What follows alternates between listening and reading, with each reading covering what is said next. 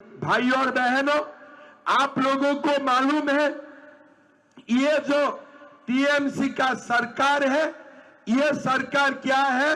घुसपैठिया का सरकार है। काल में मालदा में थे लोग, मुझे बता रहा था कि कैसे सीमाओं का ये लोग फेंसिंग बनाने नहीं देते हैं। हर दिन बांग्लादेश से मुसलमान लोग आते हैं और हमारे पश्चिम बंगाल में अभी 27 से ज्यादा % मुस्लिम जनबसती हो चुका है। असम में भी कांग्रेस का शासन थे। हमारा असम का हालत भी यही है। डेमोग्राफी चेंज होने का कारण आज पूरा सनातन समाज, हिंदू समाज चिंतित है। हम त्रिपुरा में बीजेपी का सरकार है, हम रास्ता बंद करता हूं। असम में बीजेपी का सरकार है, हम लोग रास्ता बंद करता हूं। लेकिन पश्चिम बंगाल में बांग्लादेशी मुसलमान का रास्ता ममता दी खोल के रखते हैं। मैं इसीलिए बोलता हूं, हमें ममता दी को शासन से हटाना पड़ेगा, नहीं तो एक दिन पश्चिम बंगाल भी बांग्लादेशी मुसलमान लोग ही लेके जाएगा, हमारे लिए कुछ नहीं रहेगा। ये जो बांग्लादेशी मुसलमान है और ममता बनर्जी, दोनों लोगों का बीच में इलू इलू है, आई लव यू है। आप आइए, मैं मना नहीं करूंगा, लेकिन मुझे वोट दीजिए। ममता जी वोट के लिए ये देश को बिक्री कर दिए हैं, मुझे आने दो। ममता जी बोलते हैं तुम लोग आ जाओ, लेकिन एक ही कंडीशन में टीएमसी को वोट देना पड़ेगा। ये लोग बोलते हैं ठीक है, हम टीएमसी को वोट दूंगा, लेकिन बांग्ला का जमीन भी मुझे देना पड़ेगा, बांग्ला का ऊपर अधिकार भी मुझे देना पड़ेगा। ममता जी बोलते हैं ठीक है, तुम्हारा भी चले मेरा भी चले, आई लव यू, इलू इलू बन जाता है ममता बनर्जी और बांग्लादेशी घुसपैठियों का साथ। भाइयों बहनों, हम लोगों का इरादा पक्का है। एक बार पश्चिम बंगाल में बीजेपी का सरकार आए, त्रिपुरा में बीजेपी का सरकार, मेघालय में एनडीए का सरकार, असम में बीजेपी का सरकार, पश्चिम बंगाल में भी बीजेपी आने से हम सीमाओं को बंद कर दूंगा और सीमाओं का अंदर जितना बांग्लादेशी मुसलमान है, लात मार मार के ये लोगों को हम लोग भगाऊंगा। हम लोग किसी से डरते नहीं हो। हमारे सभा में विराजमान हमारे उम्मीदवार, भारत की hockey captain Olympian Bharat Shetty ji, Gorkha Janmukti Morcha party की संजय तमान जी, रोशन गिरी जी, संजीव लामा जी, भक्ता जायरू जी, सुधन प्रधान जी, पालदेन लामा जी, भाइयों बहनों, पिता और माताओं, सबसे पहले मैं असम वासियों का ओर से आप लोगों को नमन करता हूं, वंदन करता हूं, अभिनंदन करता हूं। ये एक पुण्य भूमि है और ये भूमि में आके मैं खुद बहुत ही गौरव महसूस कर रहा हूं। असम के गोरखा और हमारे पश्चिम बंगाल का गोरखा सदियों से भारत का विकास के लिए हमेशा बहुत ज्यादा कंट्रीब्यूशन देते आए हैं। स्वतंत्रता संग्राम हो या राष्ट्र निर्माण का संग्राम हो, हम हमेशा हमारा गोरखा भाइयों को लेके हमेशा गौरव करता हूं और मैं असम का गोरखा समाज का ओर से भी आप लोगों को ढेर सारे शुभकामनाएं देता हूं। भाइयों और बहनों, स्वतंत्रता संग्राम में जैसे पश्चिम बंगाल का गोरखा समाज ने हेलेन लेप्चा जी, दल बहादुर गिरी जी, जगबीर सापकोटा जी, डम्बरू सिंह गुरुंग जी और ई बहादुर गुरुंग जी ने कंट्रीब्यूशन किए थे। ऐसे ही हमारा असम में भी सबीलाल उपाध्याय जी, दलबीर सिंह लोहार जी, भक्त बहादुर प्रधान जी, अनंतलाल शर्मा जी जैसा विभूतियों ने स्वाधीनता संग्राम में अपने बलिदान दिए थे। जब असम का जनता घुसपैठियों का खिलाफ आंदोलन किए थे, वो आंदोलन में भी हमारे असम का गुरखा माता बैजयंती देवी उपाध्याय ने अपना जीवन को भी बलिदान दिए थे। हमारे असम की साहित्य संस्कृति में भी गुरखा समाज ने हमेशा ही बहुत बड़ा अवदान देके आए हैं। अभी अभी प्रधानमंत्री जी ने हमारे असम की विशिष्ट लेखिका गीता उपाध्याय को पद्मश्री सम्मान से सम्मानित किए हैं।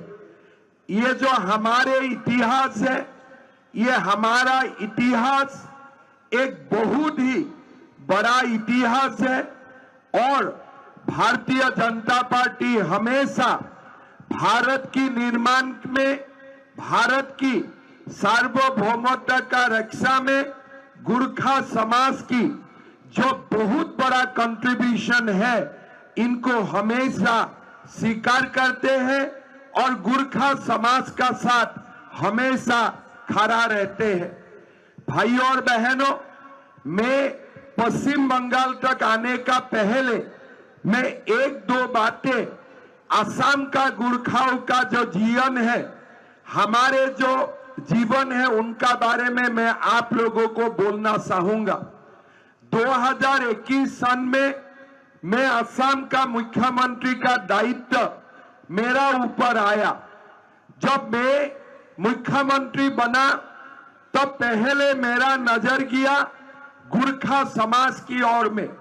हमारा असम में कोई साल घुसपैठियों का खिलाफ आंदोलन हुए, गुरखा समाज ने वो आंदोलन में भाग लिया, लेकिन दुर्भाग्य का बात यही हुए कि गुरखा समाज का ही 3 लाख लोगों को कांग्रेस का जमाने में विदेशी बोल के शिनाख्त किया गया और उनको डाउटफुल वोटर कैटेगरी में रख दिया गया।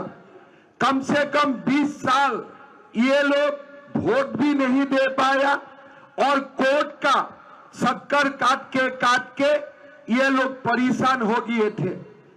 तब मैं जब मुख्यमंत्री हुए, मैं गुरखा समाज का प्रतिनिधियों को निमंत्रण किया और मैंने गुरखा समाज को मैंने आश्वासन दिया कि गुरखा को हमारा देश में कोई भी विदेशी बोलने का अधिकार नहीं है और हम ये जो आपका ऊपर जो अपमान लगा हुआ है, मैं इसको तुरंत ठीक करूंगा।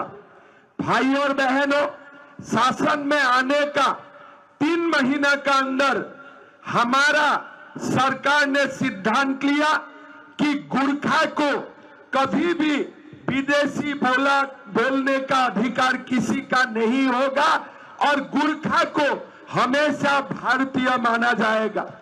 मैंने असम का गुरखाओं से जो डाउटफुल वोटर की कलंक था, इसको मैंने पूरा विड्रॉ कर दिया।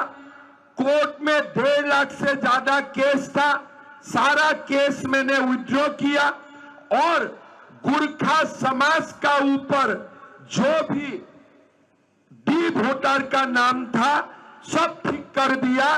2026 और अभी असम में चुनाव हुए, सारे गुरखा लोगों ने पूरे वोट डाले, किसी का ऊपर कोई भी इल्जाम नहीं रहा। आज असम में आपको जान के खुशी होगा कि हमारे असम की स्वतंत्रता सेनानी सबीलाल उपाध्याय जी थे।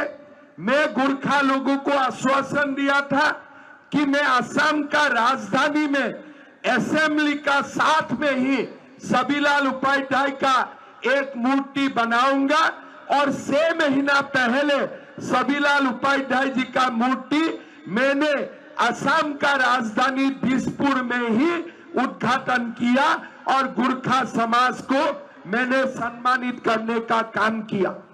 असम का ट्राइबल बेल्ट एंड ब्लॉक होते हैं।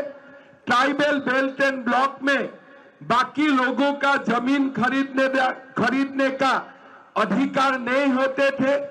मार्घेरिटा से लेकर तेजपुर तक हमारे गोरखा लोग ट्राइबल बेल्ट एंड ब्लॉक में रहते थे, लेकिन प्रोटेक्टेड क्लास नहीं होने का कारण ये लोगों का जमीन का अधिकार नहीं थे।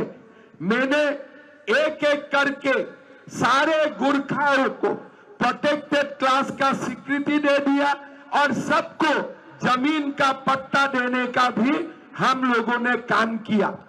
आज असम में गोरखा लोगों के लिए अलग डेवलपमेंट काउंसिल है और हमारा बीजेपी से हमेशा गोरखा को विधानसभा जिला परिषद में लाया जाते हैं और आज हमारे गोरखा समाज असम का जो मुख्य धारा है उसमें आ चुका है और आज असम का गोरखा सम्मान से असम में रहते हैं।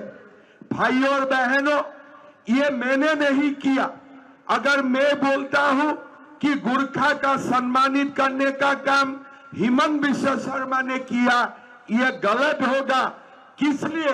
गोरखा को सम्मानित करने का काम हमारा बीजेपी का आदर्श है और देश भर में गोरखा को सम्मानित करने का काम हमारा पार्टी करते हैं, बीजेपी करते हैं, यही हमारा आदर्श है।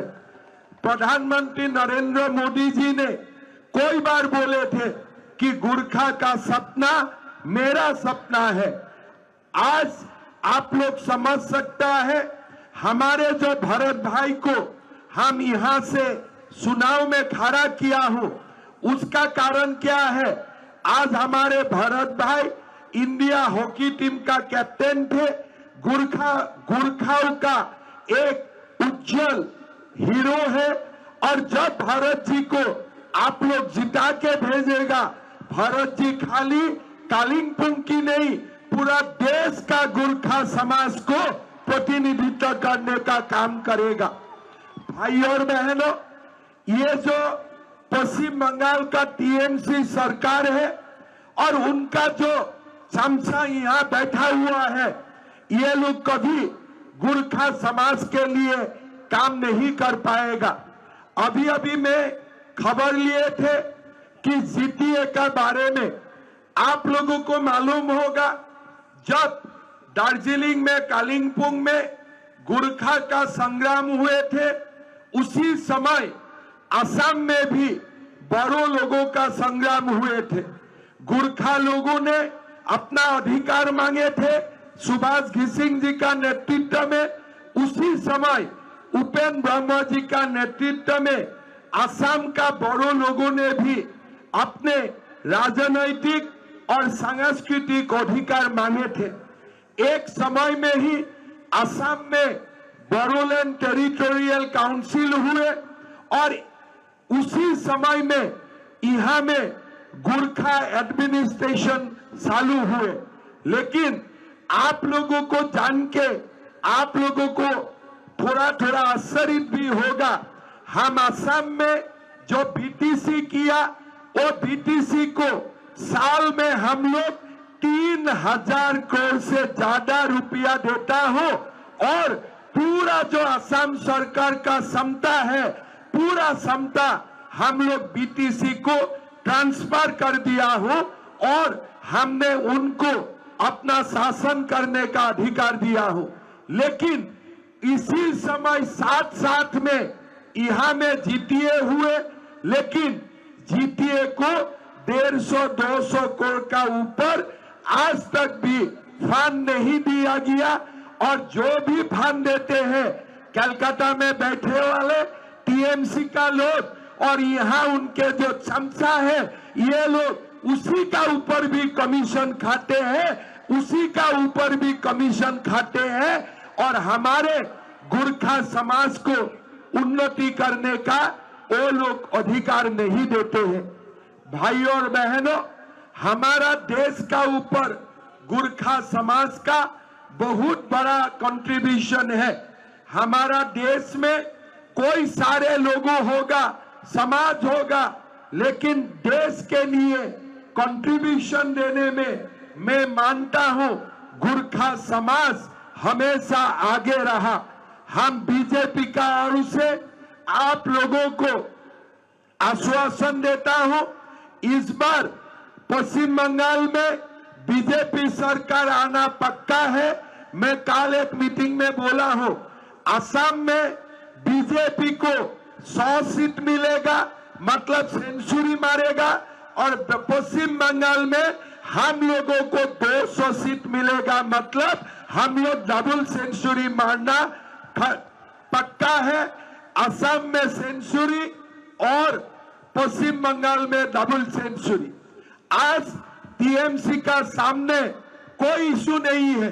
टीएमसी क्या बोलते हैं कि पश्चिम बंगाल में अगर बीजेपी का सरकार आ जाएगा तो बीजेपी मांस और मांस खाना बंद कर देगा। अरे ममता दी, असम में 10 साल से बीजेपी सरकार है।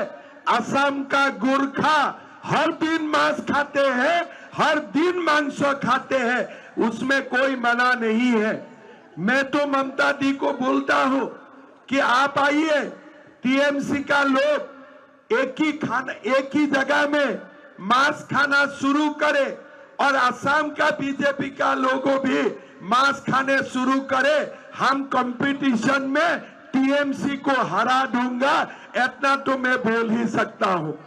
मैं ममता दी को बोलता हूं, आप आ जाइए, आप और मैं दोनों मांस खाना शुरू कर देता हूं। मैं आपसे 1 किलो ज्यादा खा जाऊंगा, ये मैं आपको बोल सकता हूं।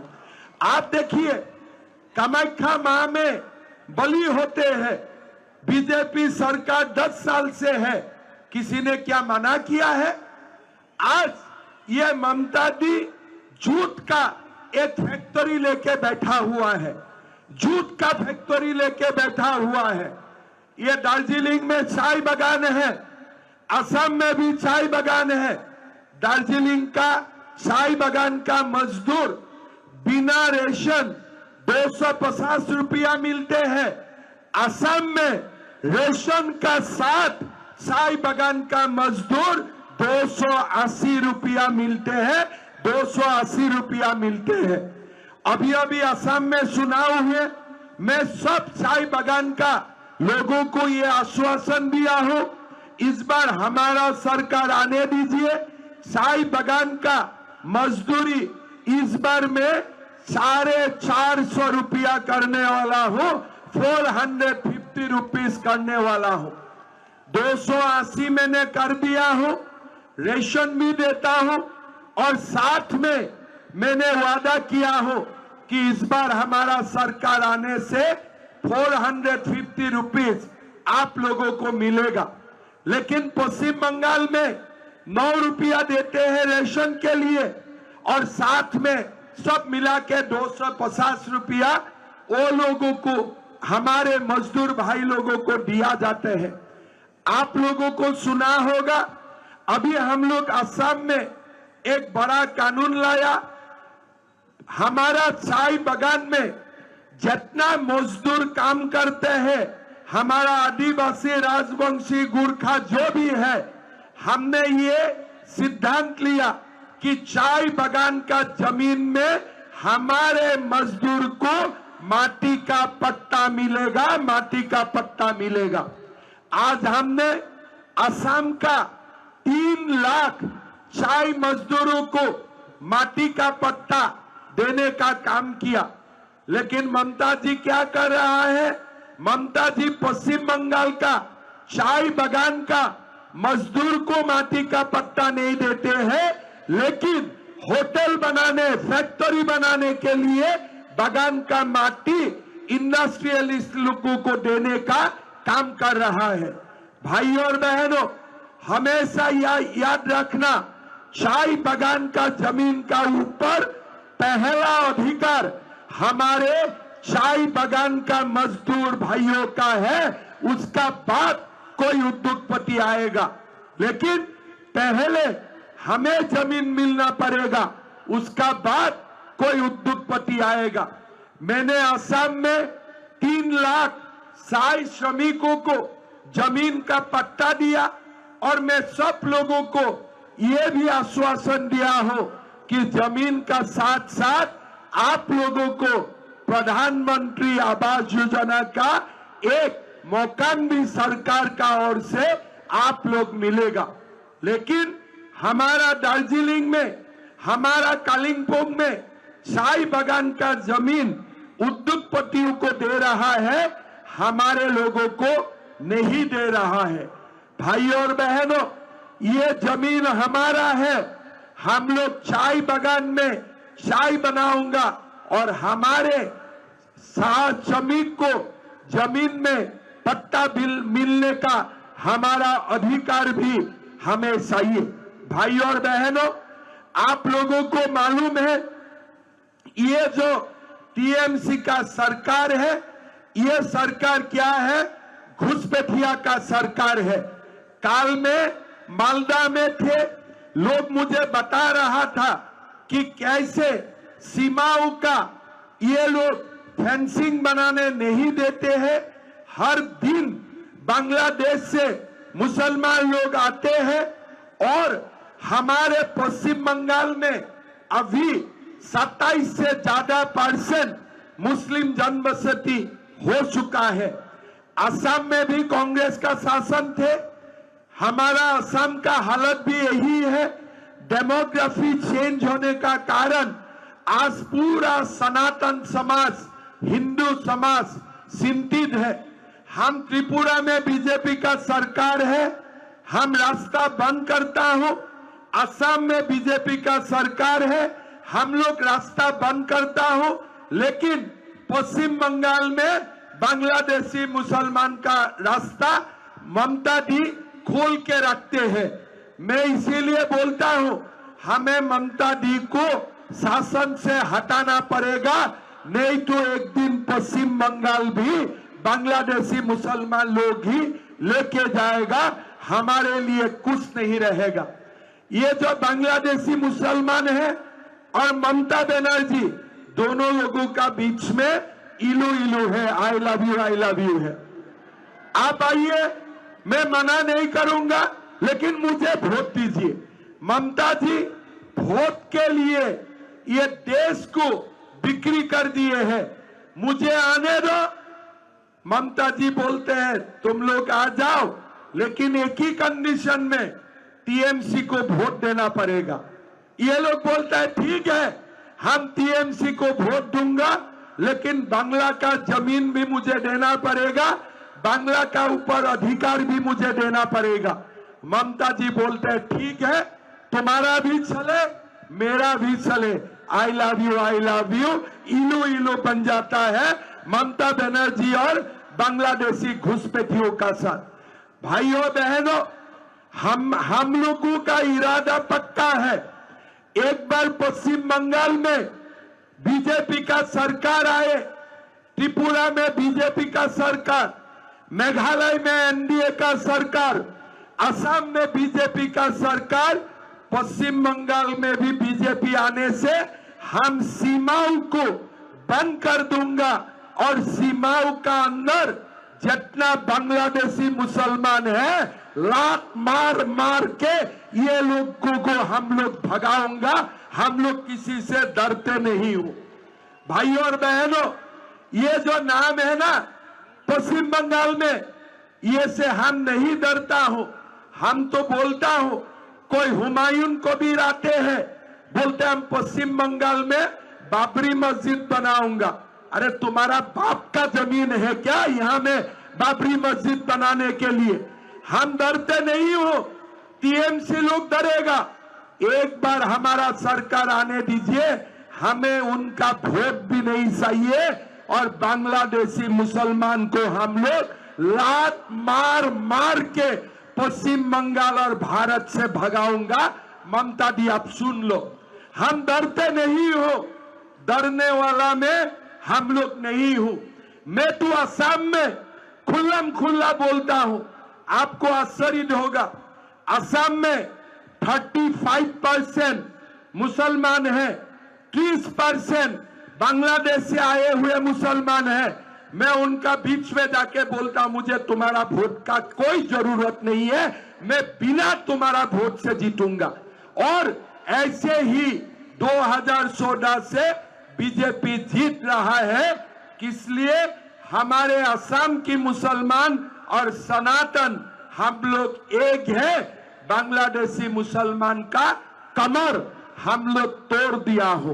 और एक बार पश्चिम बंगाल में भी बीजेपी का सरकार आएगा ना, ये लोगों का जो घमंड है पहला दिन ही टूट जाएगा और भागना ये लोग खोद बखोद शुरू कर देगा। भाई और बहनों, हमारे जो नॉर्थ बंगाल है, हमारा नॉर्थ बंगाल में कुछ काम नहीं किया सरकार ने। इस बार बीजेपी ने क्लियरली बोला है, अभी अभी हमारे गोरखा जनमुक्ति से भी हमारे नेता बोल रहे थे, प्रधानमंत्री जी, गृह मंत्री जी, राजू बिस्ता जी, विमल गुरुंग जी, सब लोग बात किया है। पश्चिम बंगाल में बीजेपी का सरकार आने का साथ साथ कॉन्स्टिट्यूशन का अंदर में हम लोग इसका जो पॉलिटिकल इशू है इसको हम लोग पूरा समाधान करने का हम लोग काम करूंगा। हम लोग गोरखाओं को न्याय देने का काम करूंगा, ये हमारा वादा है।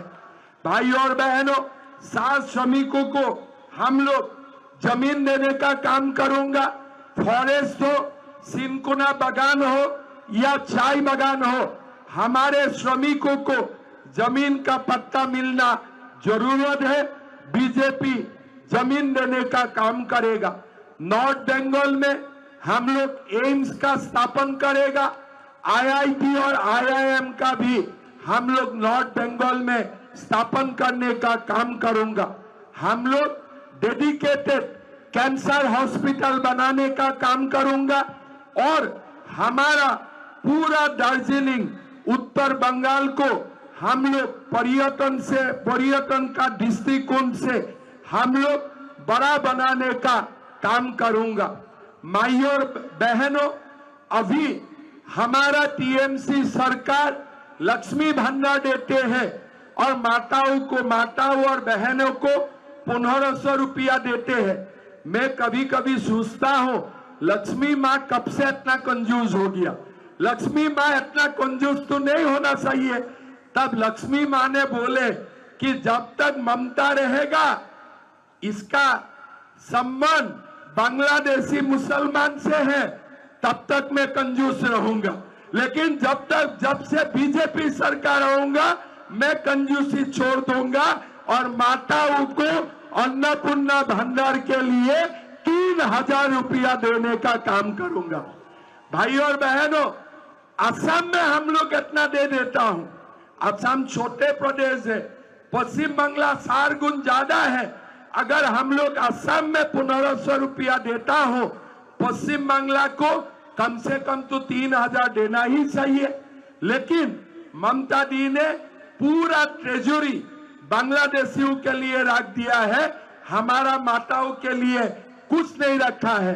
इसीलिए मैं आप लोगों को वादा करता हूं, हमारा सरकार आने का 15 दिन का भीतर में ही हमारे माताओं का बैंक अकाउंट में 3000 रुपया आना शुरू हो जाएगा।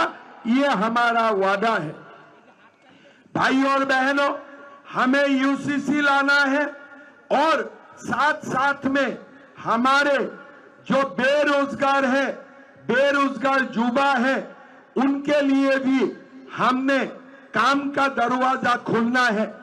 आज पश्चिम बंगाल में शिक्षक नियुक्ति में भी घोटाला होते हैं।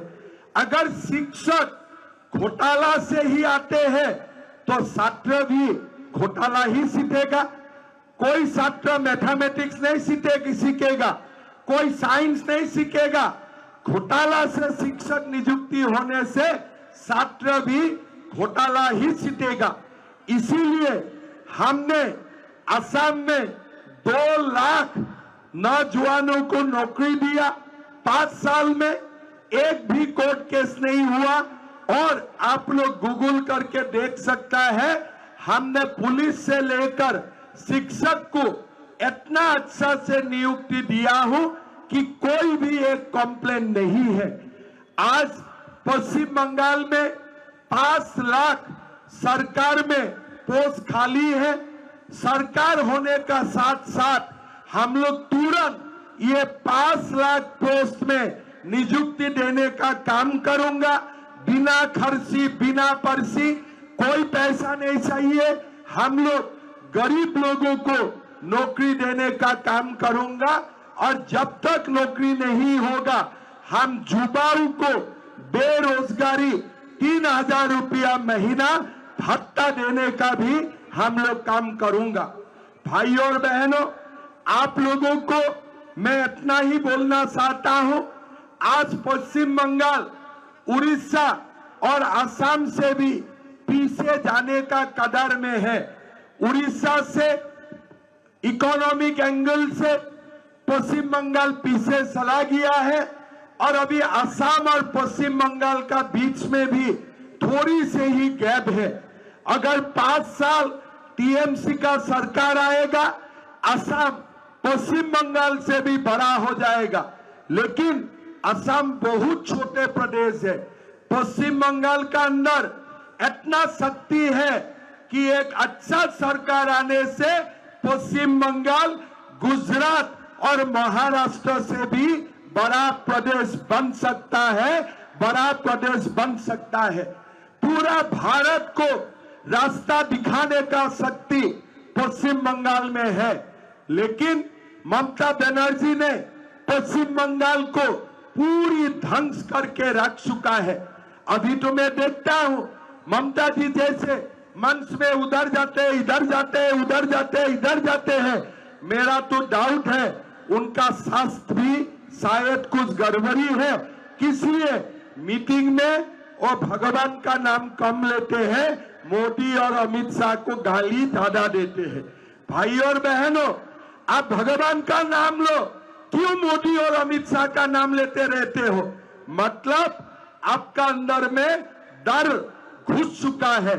आप जान चुका है कि सार में का बाद पश्चिम बंगाल में टीएमसी नहीं रहेगा, यहां में बीजेपी का सरकार बनेगा, बीजेपी का सरकार बनेगा। भाई और बहनों, मैं आप लोगों को रिक्वेस्ट करूंगा, भारत सेक्रेटरी भारत के सम्मान है, गुरखाओं का सबसे बड़ा सम्मान है। भारत सेक्रेटरी ने जब चुनाव लड़ने का निर्णय लिया, मेरा तो लगते थे कि टीएमसी कैंडिडेट ही नहीं देगा। इसलिए भारत सेक्रेटरी ओलंपियन है, हमारा देश का नाम रोशन किए थे। ऐसे लोग अगर राजनीति में आते हैं, देश का युवाओं को भी राजनीति का प्रति जो एक नाराजगी है, वो नाराजगी भी दूर हो जाते हैं। इसीलिए हमें ऐसा लोगों को चाहिए जो खिलाड़ी है, जो देश का नाम रोशन करता है और विधानसभा में जाके भारत की स्पोर्ट्स की बात बोलेगा। और जब भारत सेक्रेटरी खड़ा होगा, लोगों का याद होगा कि देखो ये गुरखा समाज का प्रतिनिधि है, भारत सेक्रेटरी है, अभी ये देश का बात बोल रहा है, पश्चिम बंगाल का बात बोल रहा है। भाई और बहनों, भारत सेक्रेटरी को जिताना सारे गुरखा समाज का दायित्व है। इसलिए अगर भारत सेक्रेटरी हारेगा, भारत सेक्रेटरी नहीं हारेगा, गुरखा समाज हार जाएगा। इसलिए भारत सेक्रेटरी भारत की गुरखा समाज को प्रतिनिधित्व करते हैं। सुबह में जब असम से आए, मैं बताया मैं कालिंपोंग जा रहा हूं, मुझे तुरंत मेरा साथ में गुरखा भाई थे, उन्होंने बोला दादा आप जानते हो कालिंपोंग में कौन लड़ा है? मैं बोला कौन लड़ा है भाई? बोले भारत सेक्रेटरी लड़ा है। मतलब पूरा देश में, देश का निगाह ही आज कालिंपोंग में है कि कालिंपोंग भारत सेक्रेटरी को जिताएगा कि नहीं जिताएगा। देश का गुरखा आप लोगों से उम्मीद करते हैं कि भारत सेक्रेटरी को आज आप लोग 50,000 से भी ज्यादा वोट से जिता के विधानसभा में भेजिए। किस लिए? ये भारत का भी सम्मान है, गुरखा समाज का भी सम्मान है। उन्होंने गुरखा भाषा में जब बोले भावुक हो गए, किस लिए? खिलाड़ी का मन में पाप नहीं होते हैं। हम पॉलिटिक्स करता हूं, हो सकता है हमारा मन में पाप है, लेकिन खिलाड़ियों का मन में पाप नहीं होते हैं। इसीलिए ऐसे व्यक्ति को आप लोग जब जिता के भेजेगा, गुरखा समाज का मान सम्मान देश में बढ़ेगा।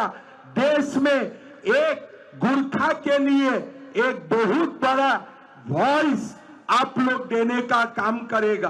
भाई और बहनों, मैं आप लोगों को रिक्वेस्ट करूंगा, भरत भाई को आप लोग जिताइए और गुरखा समाज का साथ साथ हमारा पश्चिम बंगाल और हमारा भारत का सम्मान बढ़ाने का आप लोग काम कीजिए।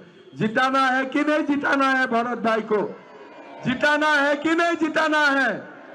50,000 वोट से जिताना है। सकेगा कि नहीं सकेगा? एक बार गुरखा ठान लेते हैं ना कि मैं ये करूंगा, बाकी कोई चिंता नहीं है। गुरखा असंभव को भी संभव कर देते हैं। तो इसीलिए वो टीएमसी का जो एमएलए है ना, वो काटमानी में है, सिंडिकेट में है। टीएमसी का मतलब क्या है? T for terror, M for money murder mafia, C for criminal, बस इतना ही उनका परिचय है और कुछ नहीं है। इसीलिए सब मिलके भारत जी को जिताना है। मेरा साथ बोलिए, भारत माता की, भारत माता की, नरेंद्र मोदी, नरेंद्र मोदी, भारत सेक्रेटरी, भारत सेक्रेटरी। बहुत बहुत धन्यवाद। जीतने का बाद कालिंपोंग में एक दिन आऊंगा, रात में रुकना है यहाँ का होम स्टे में। बहुत बहुत धन्यवाद। जय हिंद, वंदे मातरम। अब से डीडी फ्री डिश की चैनल नंबर 57 पर देखिए न्यूज नेशन।